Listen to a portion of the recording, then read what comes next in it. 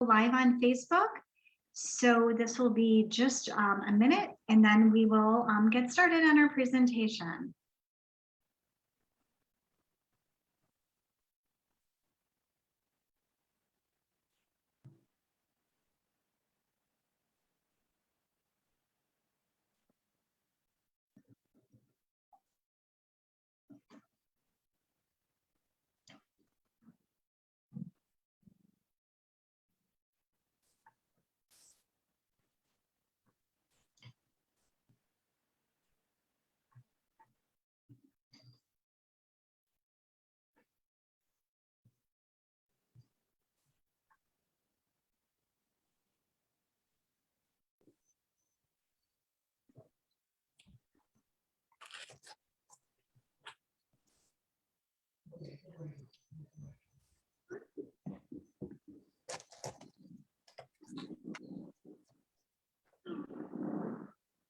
Okay, it looks like we're ready to get started.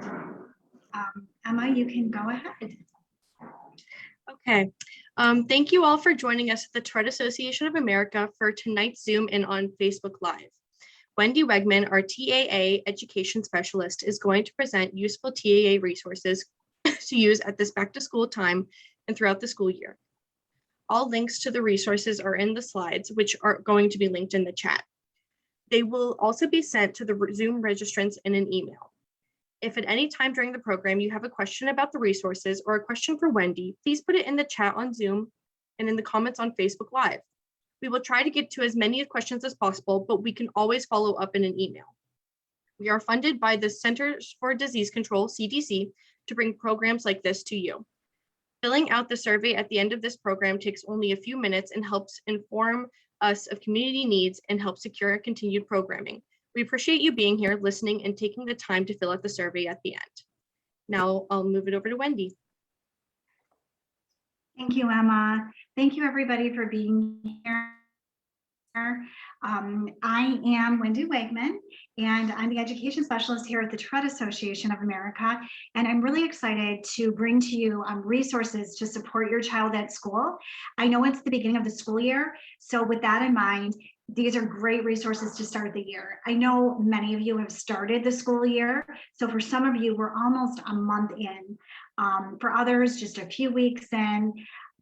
With that in mind, these are resources that you can use throughout the year. I'm really excited to tell you about them all, and I'm excited that you're going to have access to these slides, and that's how you will have access to the resources. All the links, as you will see, are in the slides themselves. So, big topic here this year when it comes to school is mental health. And many schools have received more support for mental health this year than usual.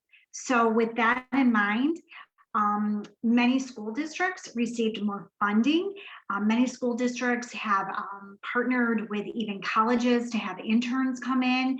You'll see more counselors in many school districts, and not all. No, I don't want to say every single school district in the United States has taken advantage of this extra funding, but certainly there are many that have. And this is really beneficial for our kids and teens with Tourette. Anxiety has been higher for sure, and that's across the board. But for our children and teens with Tourette, we know that that is very common. We know that tics have been reported as more frequent, and for a lot of kids with Tourette syndrome, they become more apparent. And for them to be more apparent at school, and for the kids who are going to school to let the school professionals know more about their tics and more about Tourette syndrome. OCD symptoms have been greater. So here's a webinar, fantastic for families. OCD and TS, it was done for patients and families. So please take advantage of that webinar. The link is right here. That's on our Tourette Association of America YouTube channel. So when you go to that link, you can also see how it's accessed through our YouTube. There's a ton of really great resources and videos there. Again, I've tried to put as many as I can into this presentation. This anxiety and management in the classroom is actually it's actually a written resource that was written by one of our education advisory board members who is a psychologist. It's a fantastic resource for helping kids with Tourette, not only helping them manage anxiety, it's more geared toward helping educators understand how to help kids manage the anxiety. So fantastic resource there. You know, really, before school starts, I'm really recommending to families, please communicate with the school's counselor, the school psychologist, or the school social worker if symptoms of anxiety or OCD have exacerbated during this pandemic. If your kids are coming into school with a great deal of anxiety, let them know ahead of time. They can help set up a plan. They can help with accommodations. Even if your child doesn't have a 504 or IEP, they can help with tools and management for these symptoms. So I really encourage everybody to do that. Mindfulness and meditation, it has been actually proven to help kids and teens with Tourette. So this mindfulness and meditation, the breathing that I'm recommending, is not just for kids and teens. I'm recommending it for families. So I'm recommending this for parents and caregivers as well. I will get to more of the reason that I'm doing that as I go through these slides. But when when children and teens see adults engaging in coping strategies like breathing or using meditation or mindfulness, just talking out loud about being in the moment and feeling your feet on the floor, saying out loud that, wow, I'm really feeling a lot of anxiety, say what happened. And so I'm just going to use my breathing. I'm going to breathe in for 4, hold for 4, and out for 4. Can you just give me a minute here? Let them hear you use those strategies. Let them see you doing them. It is a trickle down effect. So not only can they learn to use these strategies themselves, but when they see you doing that, they'll have a better chance of picking up on that. So while these are not TAA resources, apps like Insight Timer have a whole bunch of meditation, breathing little stories for children and teens. It's all free on Insight Timer, so I highly recommend that app. Calm and Headspace are 2 other apps. I know Calm has some free options. I'm not sure about Headspace, but they're 2 apps that I can recommend for just helping you along with perhaps engaging in some of these strategies that will help kids as they go back to school this year tremendously. So the one thing that I was mentioning that I wanted to talk more about is co-regulation. So when your kids feel you being calm, they become a better chance that they're going to become calm themselves. And of course, the opposite is true. If you're dysregulated as the caregiver or the parent, and we all get there sometimes for sure, but if you're dysregulated, it's not going to help your kid to regulate when they're dysregulated. So the whole goal of learning all these calming strategies as a family is for everybody to be able to kind of co-regulate together. And when it comes to learning a little bit more about this and how to help your kids who may have problems with emotional regulation or anxiety, Mona Delahook's book, Beyond Behaviors, Ross Green's book, The Explosive Child, I highly recommend for families. Our next resource is one that I'm most excited about. We made a webinar for our TAA conference. It was one of our most attended webinars and our most watched after the conference. It's called Emotional Overload, Understanding Non-Tic Behaviors in Tourette Syndrome. Not only is this a webinar, but the reason we did the webinar is because a group of clinicians and myself and my co-chair of the Education Advisory Board created a new guide, and it's called Emotional Overload, Understanding Non-Tic Related Behaviors, just like the webinar. This is a guide, much like I'm going to pull out one of our guides here. I have a picture on another page, but or I will talk a little bit more about this, but this is a guide. It's a smaller version of this. This is the PDF version, and we will be getting hard copies of this version out in the next few months. But right now, this PDF is available, and I recommend you take advantage of it. And if you have a child who struggles with filtering thoughts and emotions, who struggles with some emotional dysregulation, I highly recommend not only that you read this, but this is another resource that you can provide to other family members, other caregivers, babysitters, nannies, and you can also use this resource to give to educators at school. So another great resource that the Education Advisory Board and I developed is a resource called Preparing for the 2021-2022 School Year. There's a link to this resource right here. I just pulled out 2 out of maybe 20 tips that are in there. The 2 tips that I pulled out, this one has to do with what I've been talking about when it comes to using mindfulness, meditation, breathing to help calm anxiety, which we know has been really exacerbated with this pandemic and going back into the school year.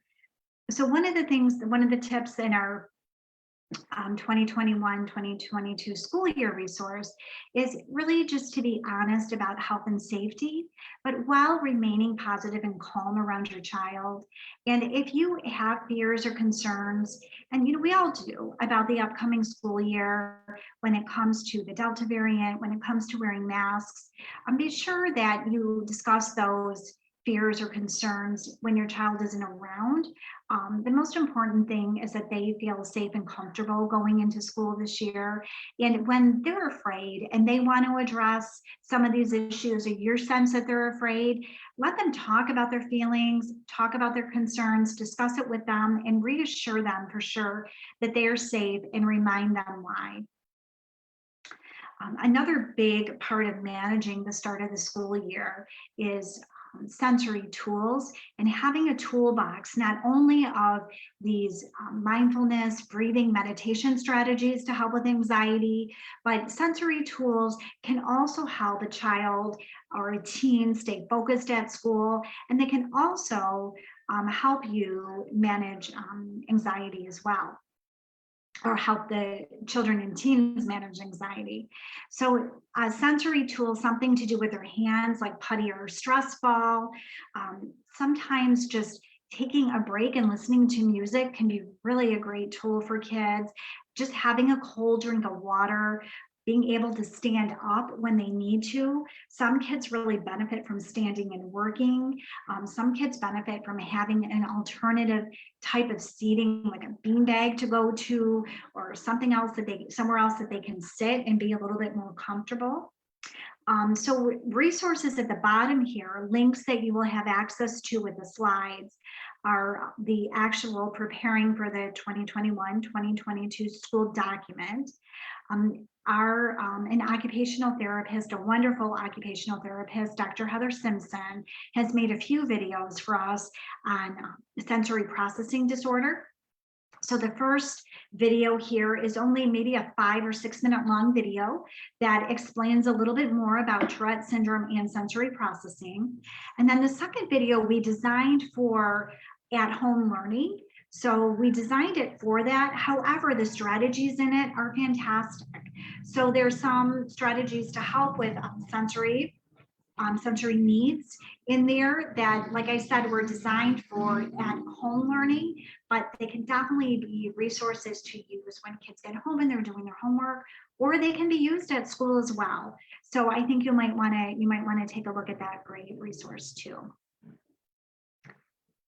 So at the beginning of the school year, I encourage families to reach out to the school ahead of time always, and to plan visits when others aren't around. So there's always those orientation days when kids can come, but it tends to be really loud and overwhelming.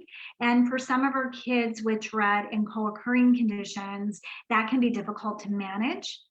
So having a time, especially middle school, high school, but elementary school too, to meet the teacher when nobody else is around, figure out their schedule, figure out where their locker is, Just become familiar with where the office is, the nurse's office. If they're going to counseling, the counseling office.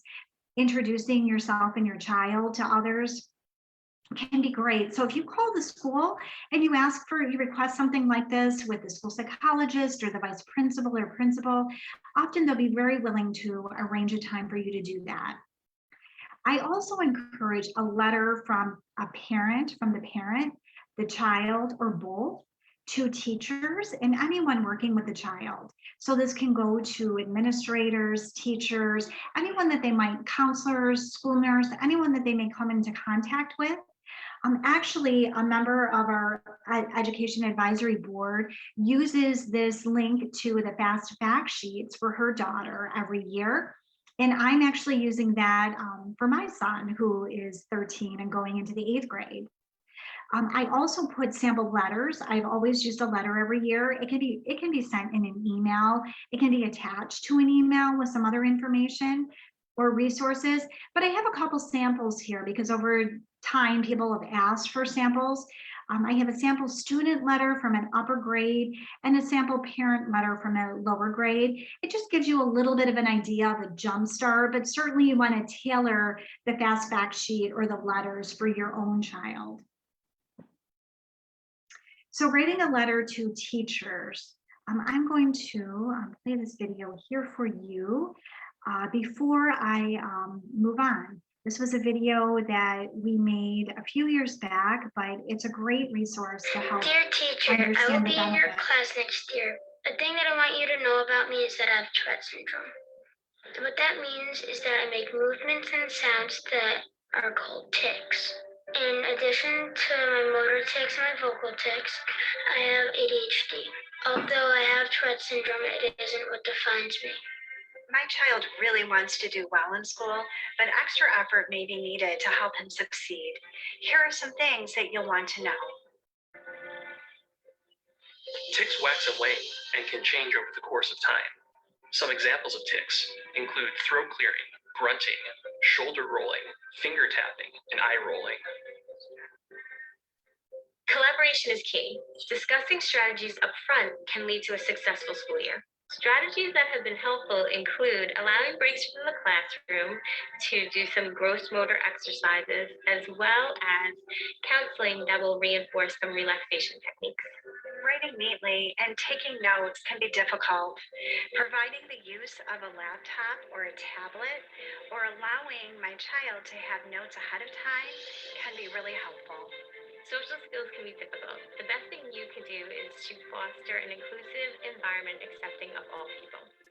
Lastly, educating kids is really important. When I have the opportunity to talk about Tourette's, there will be more acceptance, more understanding, and less bullying. To download resources for both parent and kids, go to Tourette.org.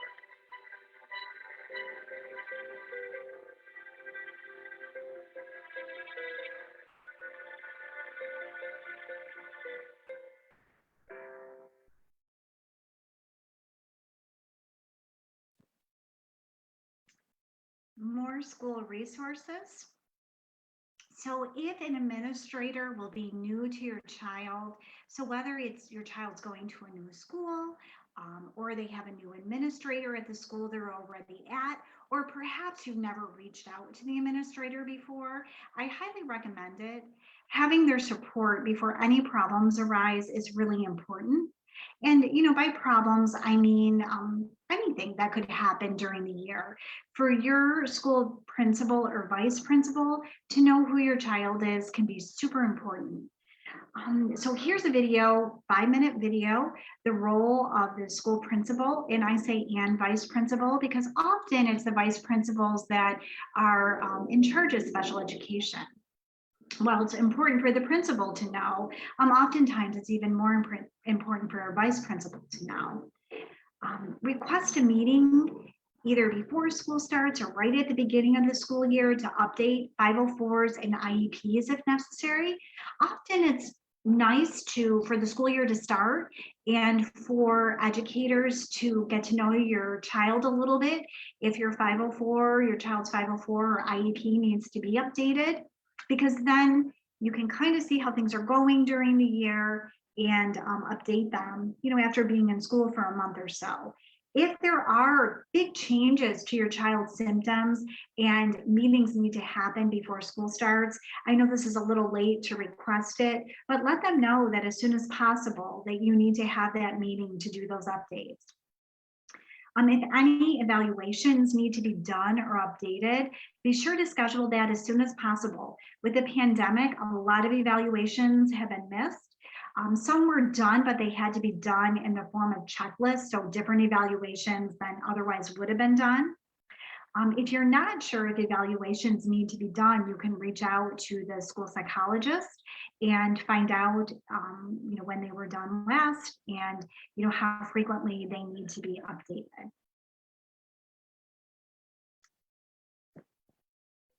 Here's another video on communicating with your child's school.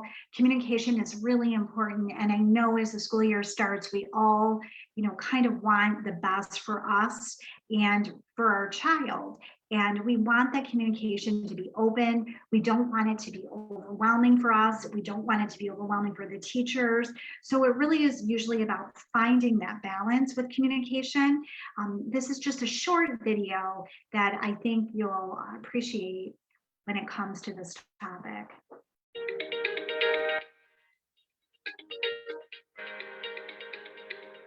The most important thing to keep in mind when you're working with your school is that you're building relationships with the school personnel. So your child may or may not have an individualized education plan or a Section 504 service agreement, but the important point of that paperwork is not the goals or even the specially designed instruction. It's building the relationships with the people who will be working with your child. It's sitting in the room with the teachers and the principal and the other service providers and making sure that everyone is as focused on the success of your child as you are. For kids with Tourette syndrome, tics are not always the biggest barrier at school. Sometimes it's the anxiety or the obsessive compulsive thoughts or even the disorganization. So try to figure out for your child what is most interfering with their learning. If we can focus on, say, the anxiety and bring that down, then your child will be more available for learning during the time that they're at school. Instead of thinking about how you can make your child appear more normal, think instead about how you can normalize their school experience. So despite all of the supports that you may have in place for your child, think about how does their school experience most closely match that of their peers. So for example, a child who may have difficulties with executive function and have difficulty keeping track of assignments and due dates. Oftentimes we want to give that student a planner to write those things down in, but that's not how other normal high school students keep track of those things. The more normalizing thing that they have is the cell phone they carry in their pocket, where they can learn to write notes or take pictures of things that they need to remember. Walking around the classroom, having a normal purpose for that. You're not going to make your child be like their typical peers. But our focus needs to be on how can their school experience be as typical as possible.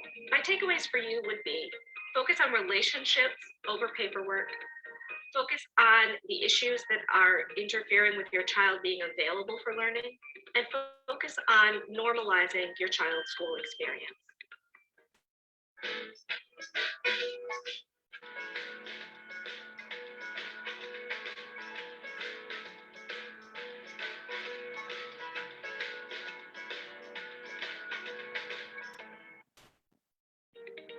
Sorry, there we go. More resources are short videos. The top video, these are only 5-minute videos. The top video is about organizing an IEP binder. If your child has an IEP or a 504 plan, you know that oftentimes there's a lot of paperwork that goes into that. This video will help you keep that paperwork organized. So when you walk into meetings, you can walk in with this binder And everything you need will be right in front of you. It looks professional. It feels good to be organized. So I highly recommend that video and having that IEP binder. We made a webinar. We did a webinar. It's probably about 30 minutes long back in April when everybody started going back to school. A little bit, either people started or schools started in a hybrid model, or if they were already a hybrid model, many of them started going in 5 days. And this was a back to school post-COVID edition, but it actually can apply to this school year. So I stuck that in there. Understanding and supporting social skill deficits, another short video that will be really informative if you feel like your child is experiencing or your child does experience some social skill deficits, whether it's due to a social communication disorder or executive function deficits. It can be a variety of reasons, but this is a great video to watch to help with that. And then the last video I have on here are positive steps for discipline, which so important, we all need. And this is one that was done by Kathy Giordano. And again, a 5-minute long video. These are all great resources for you and something if you feel like you need to share with the school. It's not something overwhelming that they have to watch for an hour or read 20 or 30 pages of. More back to school resources. Our guides are really important. I know I told you about our brand new guide, the Understanding Non-Tick Related Behaviors, but certainly these are guides that we've had, the Educator's Guide, the Treatment for Care Providers. That one I love to use for school nurses, occupational therapists, counselors, school psychologists. So anyone who would have more of a clinical aspect to their job at the school. This is a great resource to give to them, as well as the Educator's Guide. For you, if you don't have our family and patient guide and you have a child with Tourette syndrome, please make sure that you access this. There's a child's guide to Tourette syndrome and a young adult guide to Tourette syndrome. And all of these are available in these PDF versions. And at the bottom of the slide, I have, it's indicated how to order hard copies, like I showed you right here. These folders open up and we have all kinds of resources inside that you'll want to access the hard copies if you can. And you can order them right at the bottom here, support@tourette.org. Just let us know if you would like hard copies and how many you need. I recommend the hard copies for anyone that works directly with your child, while the PDF versions are great. For those people who are directly working with your child, the hard copies, having something in their hands can be really more valuable. So the Tourette Association of America will provide school presentations. And here's an email to reach out about that. Schools can actually email us at programs@tourette.org. We like to schedule the presentations with the school themselves. So if you can get the school to reach out, but if you'd like to reach out to us and find out a little bit more about them and what you can let your school know about, reach out to us at support@tourette.org. Right now, all of our national presentations are virtual. I know there are some local chapters and we have some education volunteers that are going into schools. So reach out and you can find out if we have someone in your area, but certainly schools are very open to virtual presentations as well right now. Student presentations are a great way to help others in the school, other students understand Tourette syndrome, and you can reach out at support@tourette.org. Youth ambassadors can help with presentations both virtually and in person as well. So that is the end of our resource presentation. It's a short one tonight, but certainly I'm available to answer any questions. We do have an end of the presentation survey for you to do. So please take the time to use this QR code. Emma has put the slides from the presentation in the chat, and Angela has put the slides from the presentation in the Facebook Live. Please download those slides. If you need them and you registered on Zoom, we will be emailing them to you as well. If you're on Facebook Live and you need the slides, please reach out to support@tourette.org. If you can't access them from the comments there, we will certainly be happy to email them to you. And then also the survey here, I'm gonna put a link to the survey in the chat. You can use the QR code or the link, but we're funded by the Centers for Disease Control, the CDC, like Emma had said. So please take the time to fill that out. I can answer some questions. Emma, are there any questions that came in the chat? I know I can look here as well. There was one question about, is the PDF version available now on the TAA website? I think it was talking about the emotional regulation PDF. Yes, absolutely. That is available on the TAA website. That link should take you right to the website to get the PDF. And I think the hard copies of that will be available sometime in the next few months. They're going to print now. And then there is another question that just came in. It says, are TAA representatives also able to attend 504 planning or IEP meetings? Yeah, that's a great question. We do have education volunteers that are able to help you with attending these meetings.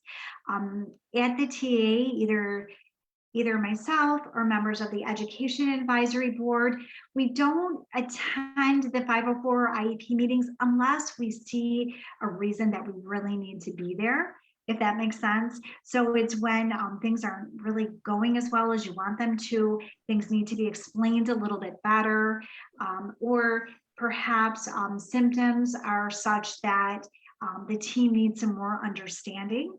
So we are educators and we're education specialists, and we're there to provide information at these meetings, and we're there to support if we are able to do this, but we aren't advocates. So I just wanted to kind of make that distinguish there. However, please feel free to reach out for sure. And we do have another question that came. Oh, we have two more questions that came in. So do any of the resources give the schools any specific advice on how to manage tick attacks, what to do / not do during severe ticks? Sure, I can't say that we do have a resource on managing ticks in the classroom that I didn't put in here. That's on Tourette.org. But if you do have a situation like that and you would like to reach out, please reach out to support@Tourette.org. Or you can reach out to me. It's wendy.wegman@tourette.org. Some of the situations that are more difficult, where there's more functional ticks and the ticks are more severe, I'm happy to help with those situations and recommend some plans that have worked for students for sure. And then there's a question about if this is being recorded. Yes, it is. Yeah, this is being recorded. It'll be available afterwards. And then there is a question. Our school did a 504 plan for us, but I would like my child to be evaluated for the need for an IEP. How do I advocate for an evaluation to be performed? So if your child has a 504, an evaluation is always a great idea. Whether you're looking for an IEP or not, what you would do is you would write a letter, you would put it in writing, and make sure you give it to the school psychologist. And I would, if your child does work with a special education teacher, give it to them and principal and vice principal. This would be a request that evaluation. Sometimes it's good to say why you want the evaluation done. You could work with your neurologist or psychiatrist or pediatrician and ask them for some advice of why the evaluation may need to be performed. Sometimes it's for reasons of learning differences, and other times it's for social emotional reasons, which are all great reasons to have a school evaluation. Okay, and then we do have a question that says, have you heard if it is better for a child with TS to be seated in the front or back of the classroom? Sure, that's a great question. Actually, it really depends. So there's students with Tourette syndrome that like to be seated near the back by the door so that they can take a break when they need to, or so that their tics aren't, they're not worried that other people can see their tics.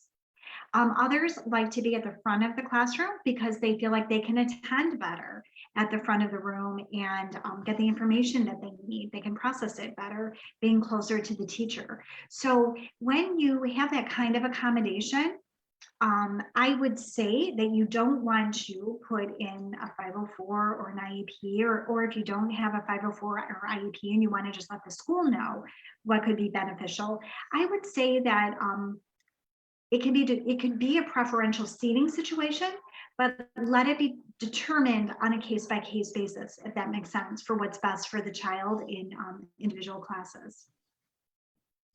Right, and then we've got, my child never had a 504 or an IEP and is moving from public to private school this year. Are they applicable in both public and private schools, or is a conversation about my child with the school psychologist enough to ensure that the teachers will be able to support my child? Sure. I think that some private schools honor 504s and IEPs. And oftentimes it's a really good idea if your child is going to a private school to make sure that they have the 504 or IEP. I know that I live here in New York State, and the district that the private school is in will be the one to rewrite a 504 or IEP if it's not the same district that your child attends. That can vary or differ from state to state. But I would find out if they're going into that school, if they will accept the 504 or IEP, and definitely have a conversation with the school psychologist or the counselor at that school. You definitely want them to get the supports that they were getting at a public school, and you want the private school to know what accommodations work for sure. And that is the last question in the chat that has been sent. Great. Well, thank you so much, everybody, for being here tonight. I appreciate you. I hope that you appreciate the resources, and I will be sending these out to you so that you have them all. Certainly, we have many more, like I said, www.tourette.org, and also Tourette Association of America YouTube. You can Google that and go right there, and there's a ton of great resources there as well. Thank you all so much for being here, and reach out. It looks like Angela is saying one more question. So I guess I will answer that before I wrap it up. Let's see, do you want to read it to me? Yeah, sure, of course. It says from Facebook, this will seem silly possibly. My son was diagnosed in first grade, but there's nothing on record that has transferred in his medical record. He is a freshman now, of his diagnosis with our new pediatrician in California. His record simply says a history of tic disorders. Is there some type of documentation that's appropriate for a student who is not yet required a 504 or 19, but it would be valuable moving forward to having his record? Does that make any sense at all? Sure. I think that what you're asking is that he hasn't had a 504 yet, but you're wondering if there's some documentation that you should provide the school on his tic disorder. Absolutely. If your son especially is presenting with any symptoms, you can let the school nurse know. And if the diagnosis was made a long time ago, you may want to visit with a pediatrician, a neurologist. You could ask the pediatrician to recommend a neurologist if your son is still presenting with symptoms and he's a freshman in high school. And then you can have, another medical professional take a look at symptoms and write something up that can go to the school nurse and that you have for yourself, so that if your son does need any accommodations moving forward, you have that record. And at this point, if he's a freshman, you can advocate for those accommodations, but he can also start to advocate for himself. All right, and I think that was the last question then there. Great. Well, I appreciate everybody being here so much. It's my favorite thing to share our incredible resources. I'm really excited about it. And thank you again, and have a wonderful evening. Thank you all.